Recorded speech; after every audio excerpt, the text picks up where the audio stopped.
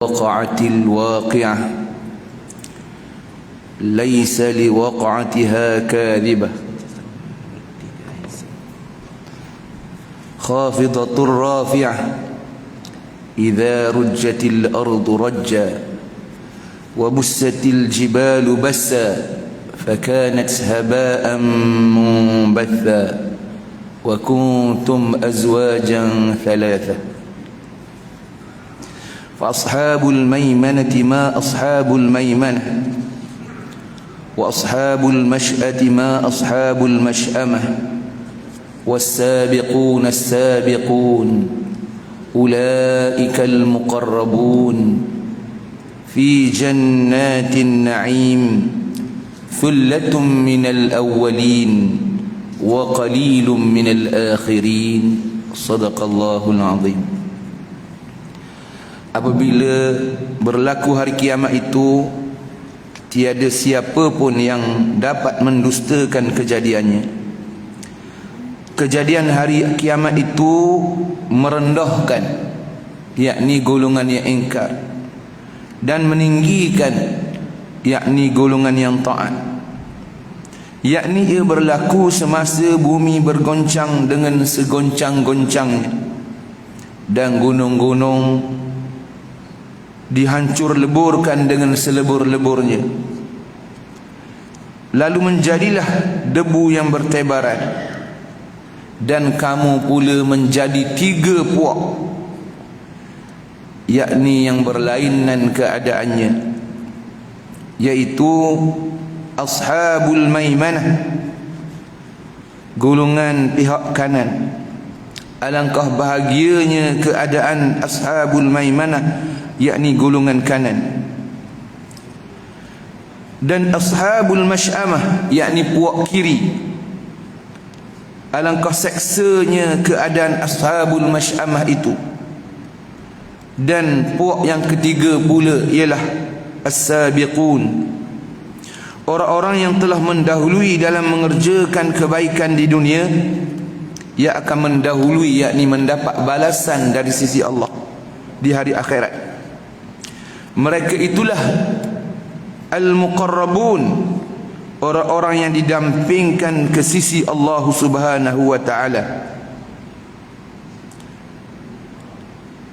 yakni mereka pula akan berada di dalam syurga yang penuh dengan nikmat. Sekumpulan besar dari mereka itu ialah dari kalangan umat yang terdahulu, dan sebilangan kecil pula yang datang kemudian.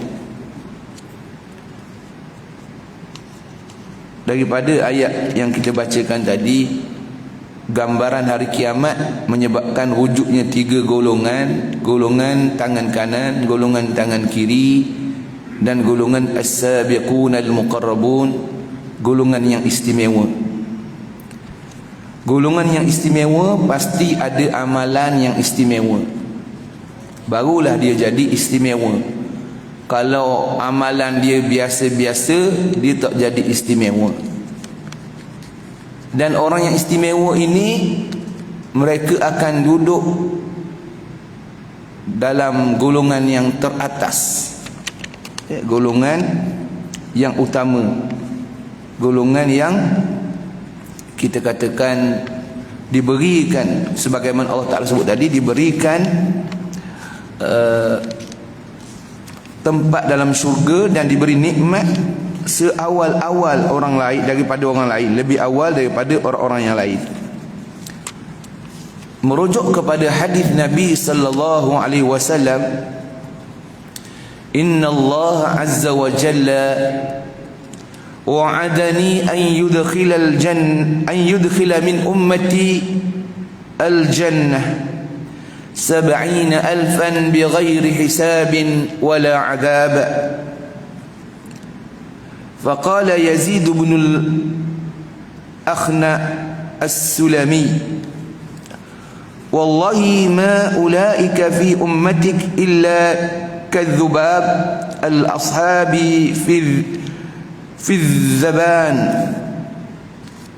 فقال رسول الله صلى الله عليه وسلم كان ربي عز وجل قد وعدني 70,000 مع كل 1,000 70,000 وزادني 3 حثايات قال فما سعة حوضك يا نبي الله قال كما بين عدنا إلى عمان وأوسع يشير بيده قال فيه مثعبان من ذهب وفضة قال فما حوضك يا نبي الله قال أشد بياضا من اللبن وأحلى مذاقة من العسل وأطيب رائحة من المسك من شرب منه لم يظمأ بعدها ولم يسود وجهه أبدا.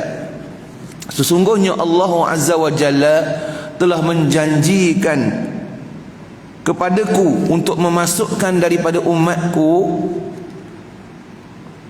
sebanyak 70,000 ke dalam syurga tanpa hisab dan tanpa azab. Yazid Al-Akhlaq As-Sulami, dia berkata, demi Allah, mereka dalam umatmu seperti lalat merah dalam kumpulan lalat-lalat.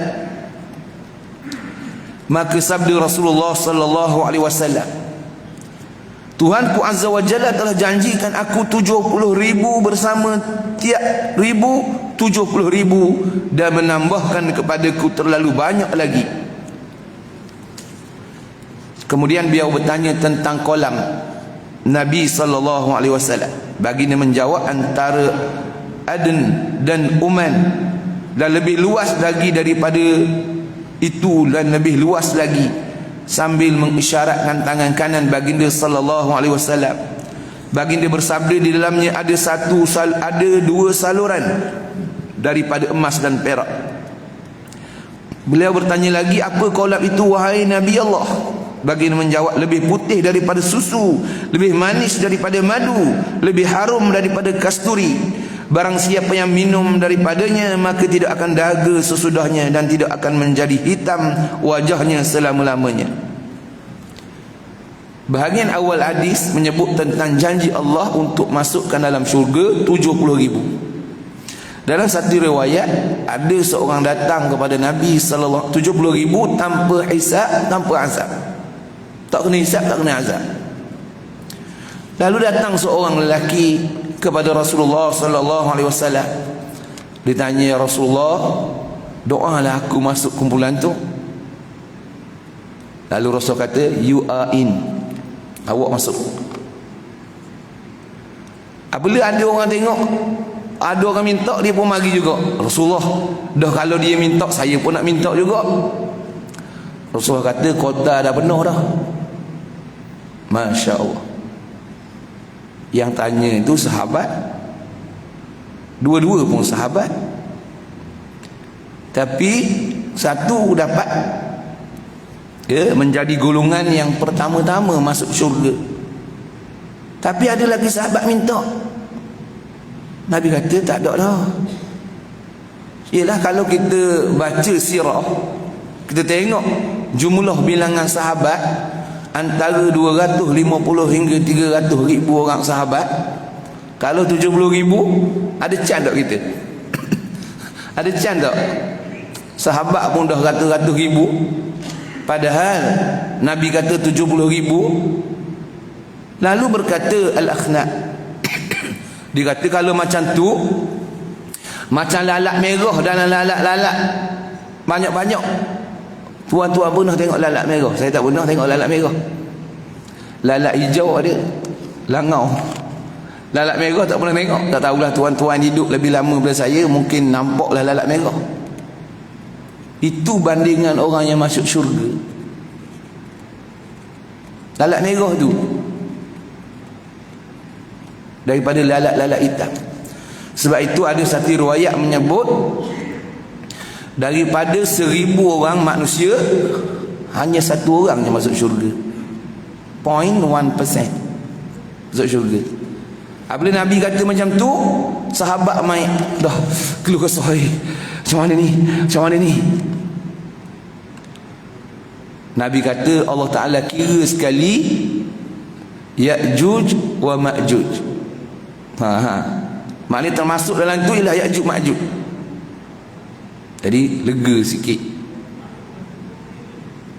Tapi dalam soalan akhnak itu al-akhnak itu Nabi SAW kata daripada 70,000 tu setiap ribunya 70,000 bersamanya, ya, dan tiap ribu lagi 70,000 lagi.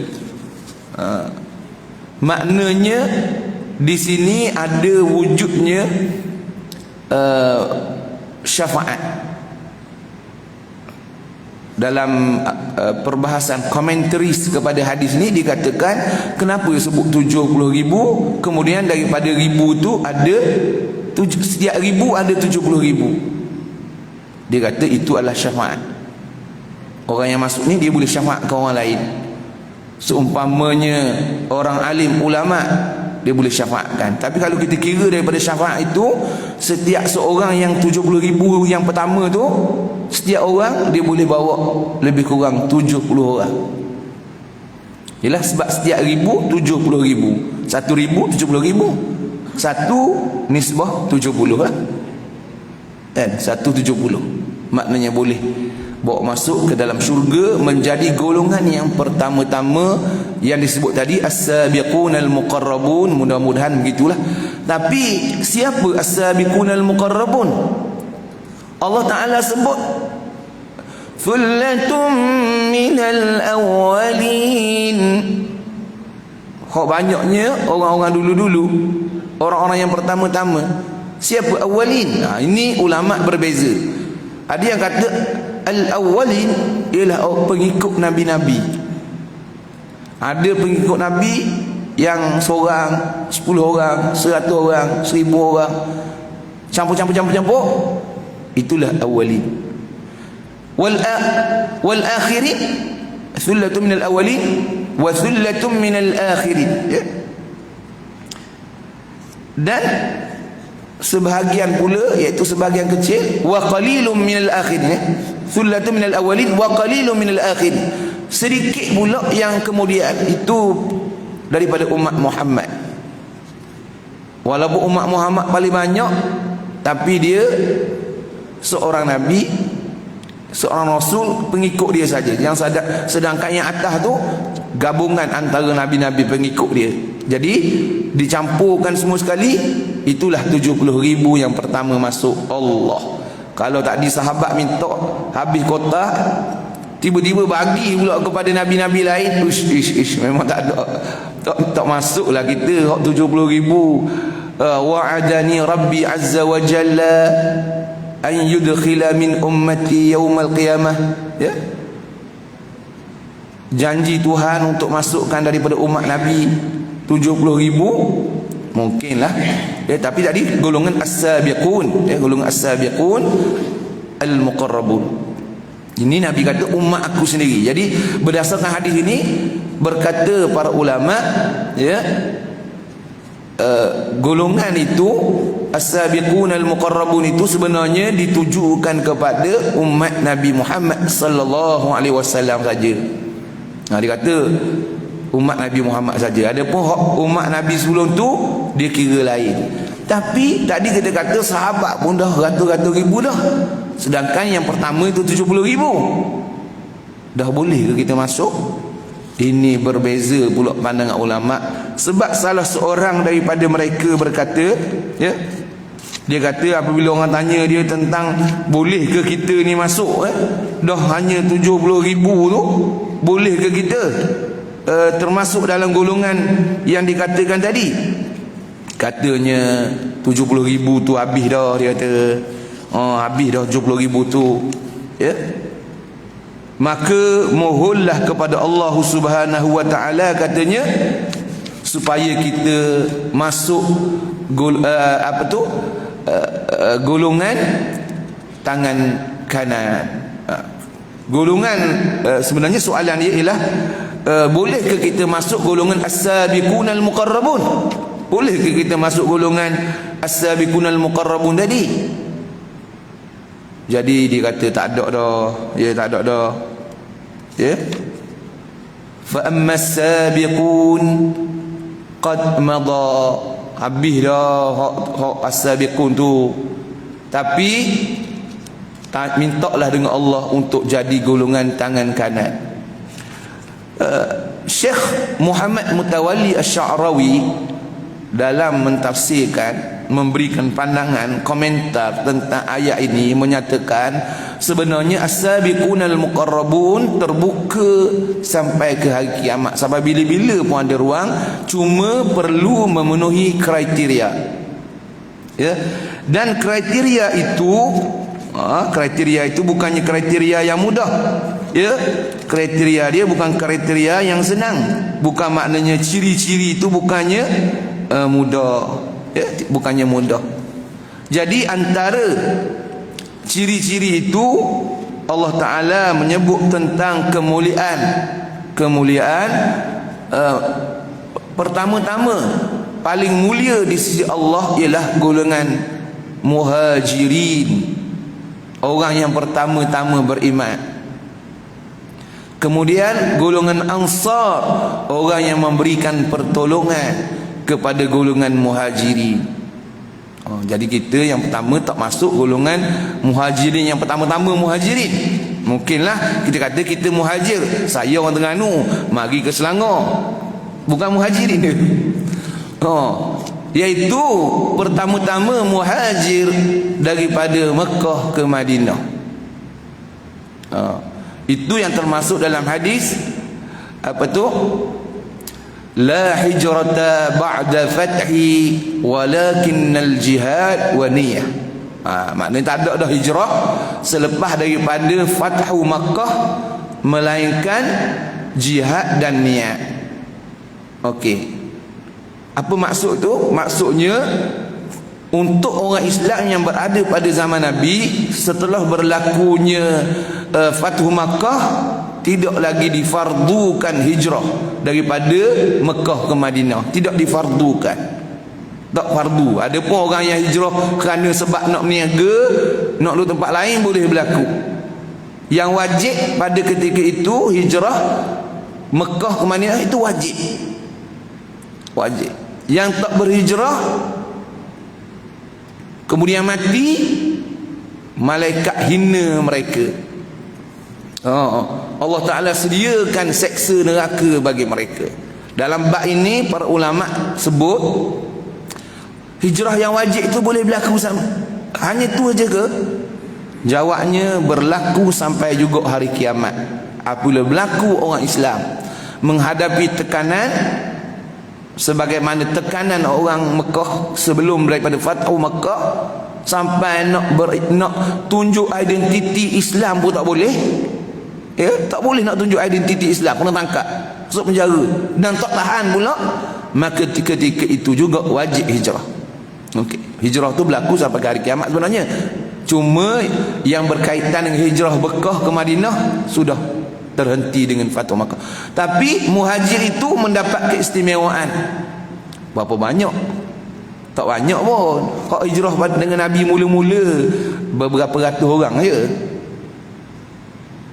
Ansar hak mula-mula terima orang muhajir paling maksimum 3,000 orang.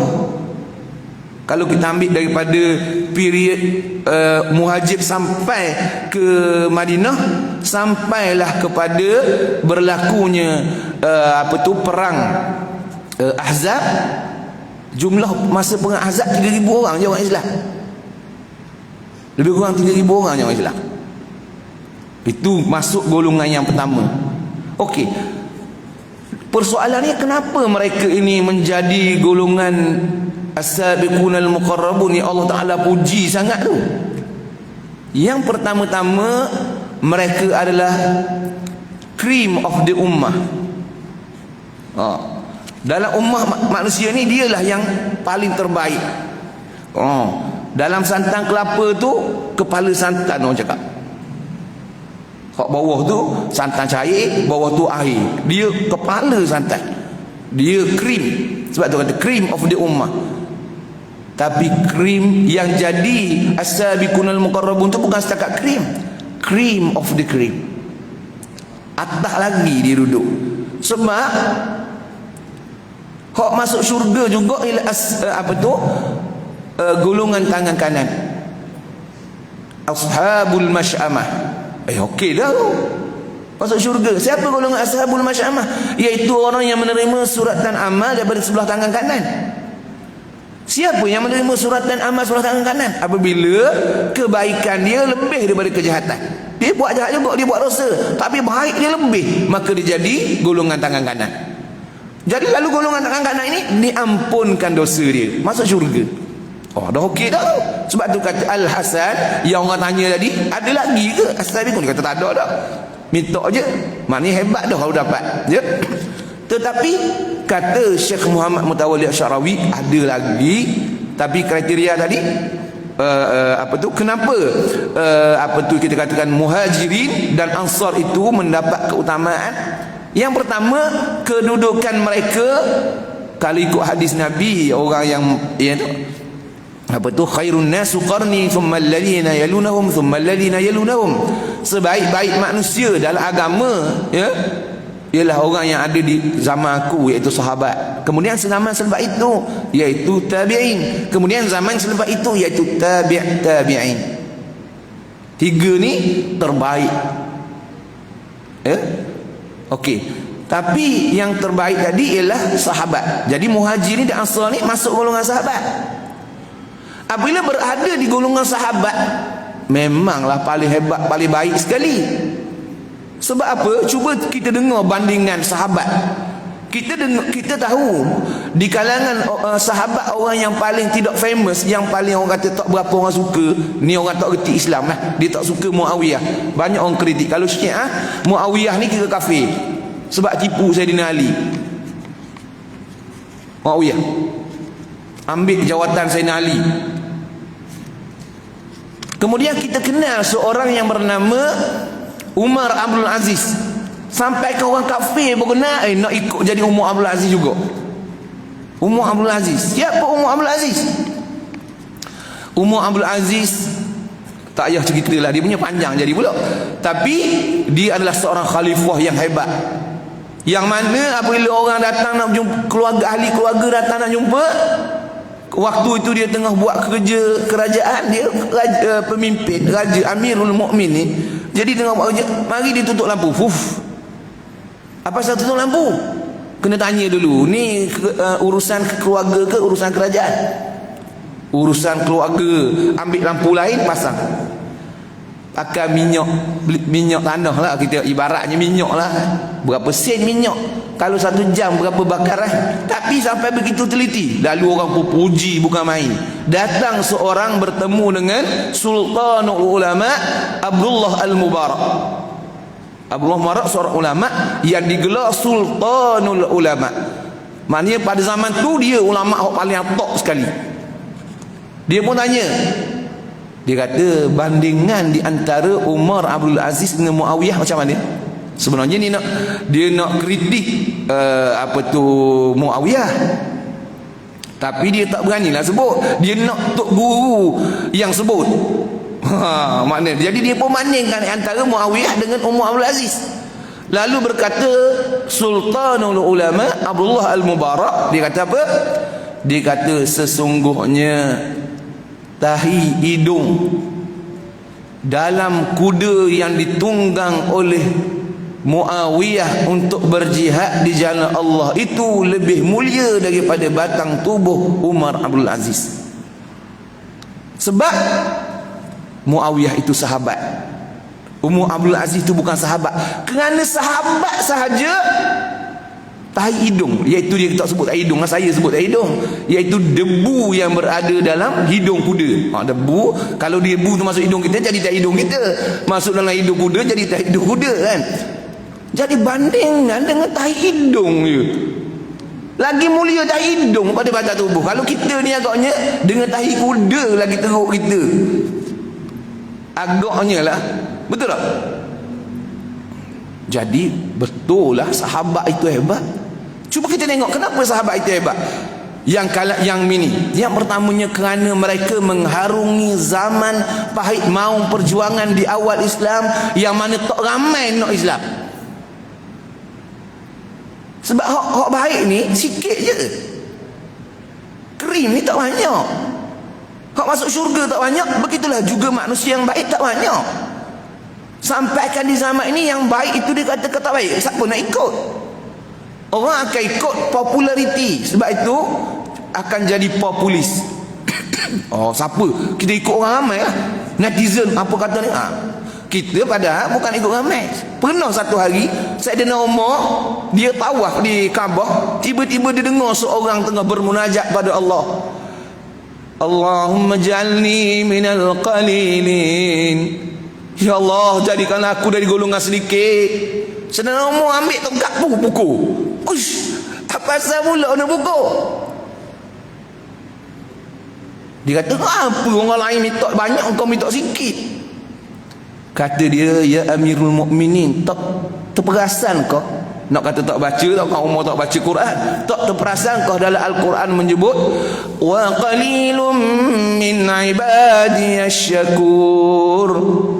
Dan sedikit sahaja di kalangan hamba yang bersyukur, iaitu yang betul-betul menjadi hamba Allah, yang melakukan ubudiyah kepada Allah. Sikit je yang masuk syurga pun sikit. Jadi saya minta sikit tu lah.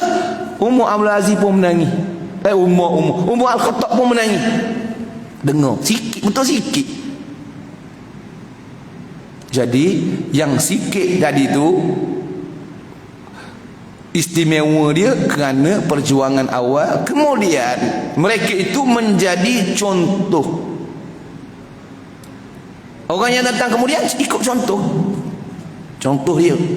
Hari ni kita, soalan kita mudah. Kita semayang hari ni, kita solat hari ni, pahala yang kita solat tu dapat kepada tok guru kita hak ajar. Kalau guru hak mula-mula ajar kita semayang, ayah kita mungkinlah, tak tahulah, kecil-kecil lagi hantar belajar, ayah tak ajar, atau sekolah je ajar. Kemudian guru kepada guru kita, guru-guru sampai ke apalah sahabat. Ibarat sahabat ni ialah the founder of multi-level marketing. Tak multi-level marketing. Multi-level marketing hak mula-mula founder, hui kaya gila, pakai Lamborghini. Sebab dia mula-mula. Kita pula masuk juga, dengar hebat, kita pun masuk juga. Dapat RM50 sebulan. Sebab kita dah duduk kaki ke berapa lah dah. Ibarat macam tu. Ibarat. Kenapa kemuliaan? Sebab dia adalah the founder. Dia adalah mula-mula. Walaupun dia bukan the pioneer, walaupun dia bukan Nabi, tapi dia orang yang awal-awal, dianggap sebagai pioneer juga. Duduk awal tu, jadi orang ikut dia. Pahala orang ikut tu dapat kat dia. Sebab itu pahala dia panggil apa? Pahala kerana turut itu ada dalam, disebut dalam hadis Nabi sallallahu alaihi wasallam, ya. Man dalla 'alal khair kafa'ilihi. Siapa yang mendalil, mencontohkan kebaikan, lalu orang buat, dia dapat pahala orang buat tu. Jadi semayang dia, kita kata dengar, tengok semayang daripada wuduk daripada siapa? Sayyidina Uthman, Sayyidina Umar, maka depa dapat. Jadi kalau zaman kita ni payah dah. Tapi isunya kita zaman kita ni, itu yang saya kata tadi tu, peluang ada, kata Syekh Muhammad Mutawalli Asy-Sya'rawi, tapi kita tak grab. Hak mudah sekali, anak kita ajar semayang, anak kita ajar mengaji. Maka nanti anak kita ajar pula cucu kita. Anak kita 4 orang, setiap seorang ada 5 orang anak. 5 kali 4 20. Cucu pula macam tu juga, setiap anak. Lah sekali sampai hari kiamat dah berapa banyak dah. Kitalah pemula. Kalau nak ibarat tadi, pemula, the pioneer for the successful MLM, multi level marketing. Kitalah orang mula. Kalau kita boleh berjaya wujudkan kaki-kaki tu, kita dapat. Tapi masalahnya mengaji pun kita hantar kat orang belajar, anak kita. Ibaratnya lah, bukan kata orang kat sini ni negeri antah berantah, negeri merung mahawangsa. Orang kat sini hebat-hebat belaka, dialah ajar semayang, dialah ajar puasa, dialah ajar didik semua-semua, dialah semua, maka insya-Allah dapat. Satu. Yang kedua, dia memberi manfaat kepada manusia, maka dia dapat juga. Contohnya orang yang kita katakan dari sudut ilmu, ya, sebab dalam salah satu daripada 3 amal, idza mata ibnu adam inqata amali, mati anak Adam putulah, ya, melainkan apa, salah satu daripadanya ialah berkaitan dengan al-ilmu yuntafa'u bih, ilmu yang memberi manfaat. Mana ilmu, dengan sebab ilmu yang tadi sebenarnya anak tu ilmu lah, okey, yang memberi manfaat. Sebenarnya bukan ilmu sajalah, ya, maksudnya bukan maksud ilmu agama saja, semua ilmu yang memberi manfaat. Okey. Jadi yang kedua tadi tu, iaitu yang kedua ialah sadaqatan jariyatan, sedekah jariah. Okey. Sedekah jariah ni sedekah yang kita bagi sejadah kat masjid. Dia jadi jariah sampailah dia hancur, habis dah. Okey, habislah abang hancur. Tapi sedekah jariah yang paling besar bukannya bentuk material. Sebab material dulu orang buat masjid, dulu orang dulu kan dia derma kayu buat masjid. Selama mana kayu pakai buat masjid dapat pahala. Tapi lepas tu tukar dengan simen. Kayu tu gimana? Ada dah jadi kayu api dia apa, habis lah. Makan di bubuk, makan di ulat, habis lah. Betul tak? Tapi sedekah jariah yang paling besar ialah membelanjakan harta untuk orang menuntut ilmu, berkaitan dengan ilmu juga. Sebab apa? Sebab tahfiz yang kita taja, budak tahfiz yang kita taja, kita dulu pernah ambil apa tu, kita panggil apa, kita beli hak RM50 sekaki tu untuk bina tahfiz tu. Dah berapa banyak dah budak tahfiz keluar. Budak tahfiz tu pula jadi pula guru tahfiz baru pula. Tahfiz tu dah ada 1000 orang, dia pula buka tahfiz baru ada 1000 orang. Budak tahfiz 1000 orang tu pakat balik tempat masing-masing, buka pula. Pahala sedekah tadi tu jariah sampai hari kiamat. Kalau kita buat masjid tadi, roboh masjid ni ada lah, kena gempa bumi dia ada lah. Tapi hak ilmu tadi tu sampai kiamat dia berkembang. Jadi itulah yang menjadikan dia berpeluang menjadi orang yang banyak dia punya ganjaran dia untuk bertemu Allah Subhanahu wa taala. Yang ketiga, orang yang kita katakan melakukan perjuangan, ya. Sebab itu Allah Taala sebut, ya, wala taqulu liman yuqtalu fi sabilillahi amwat bal ahya'u walakin la tash'urun. Jangan kamu kata orang yang mati dalam perjuangan di jalan Allah. Apa perjuangan jalan Allah? Dia orang tanya Nabi, mal jihadu fi sabilillah man qatala litakunu kalimatullahi al-ulya. Apakah itu jihad fi sabilillah? Iaitu orang yang berjuang untuk litakunu kalimatullahi al-ulya, mengangkat agama Allah di tempat yang tinggi. Sebarang usaha yang dilakukan untuk mengangkat agama Allah di tempat yang tinggi, ketika usaha itu berlaku, kita mati, kita jadi orang-orang yang syahid. Yang mana hidup tu apa? Orang duk sebut-sebut Allah. Nikmat yang kita terima hari ini adalah kerana perjuangan orang dulu-dulu memerdekakan negara ini. Contohnya, nama dia menjadi harum mewangi, lalu orang pun aku nak ikut contoh dia. Hidup contoh dia itu perjuangan. Sebab tu orang kata hidup, padahal dia dalam kubur dah. Memang dalam kubur tu kita tahulah rezeki, sebab itu satu kehidupan yang lain. Tapi dia tetap hidup segar mewangi di atas dunia ni sebab nama dia. Apabila nama dia disebut, orang pun nak jadikan contoh. Dia balik semula kepada man dalla al khair ka fa'ilihi. Siapa yang mendalilkan kebaikan lalu orang ikut, dia dapat pahala orang buat tu, dapat seumpama orang buat tu. Okey, mencontoh.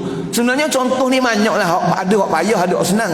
Hak senang contohnya kalau saya pernah pergilah, sekarang ni dia banyak dah. Masa tu tak banyak lagi. Masa tu orang baru kenalkan jenama penapis air di masjid. Pada waktu tu lah, dah 10 tahun dululah saya pernah cakap. Saya kata kalau ada orang derma satu tabung penapis air di masjid, orang pakai, banyak dapat tu orang siap mari. Tak, itu satu kebaikan. Tapi orang lain pula, orang datang masjid tengok, kat masjid kita tak ada lah, kita buat kat masjid kita pula, kita pasang satu. Orang pergi masjid tu pula ikut, sampai ke bila kita dapat? Kerana mendalilkan, mencontohkan amalan yang baik. Jadi banyak benda-benda yang kita boleh capai. Kata Syekh Muhammad Mutawalli Sya'rawi, tak tertutup peluang untuk menjadi golongan as-sabiqunal muqarrabun, yang mungkin termasuk dalam golongan yang 70,000 masuk syurga tanpa hisab, tanpa azab. Hak masuk syurga ni banyak. Ada hak sebagai kilat, ada hak menunggang kenderaan seorang-seorang, atas unta, atas kuda seorang. Ada yang 3 orang, ada yang 10 orang. Macam kelas bisnes, kelas first class, macam kelas ekonomi. Macam tu juga sebenarnya masuk syurga. Tapi ada juga orang masuk syurga tu mengangkut je. Pilihlah kita nak pilih hak mana. Tapi sah golongan as-sabiqunal muqarrabun, depalah yang mula-mula masuk syurga.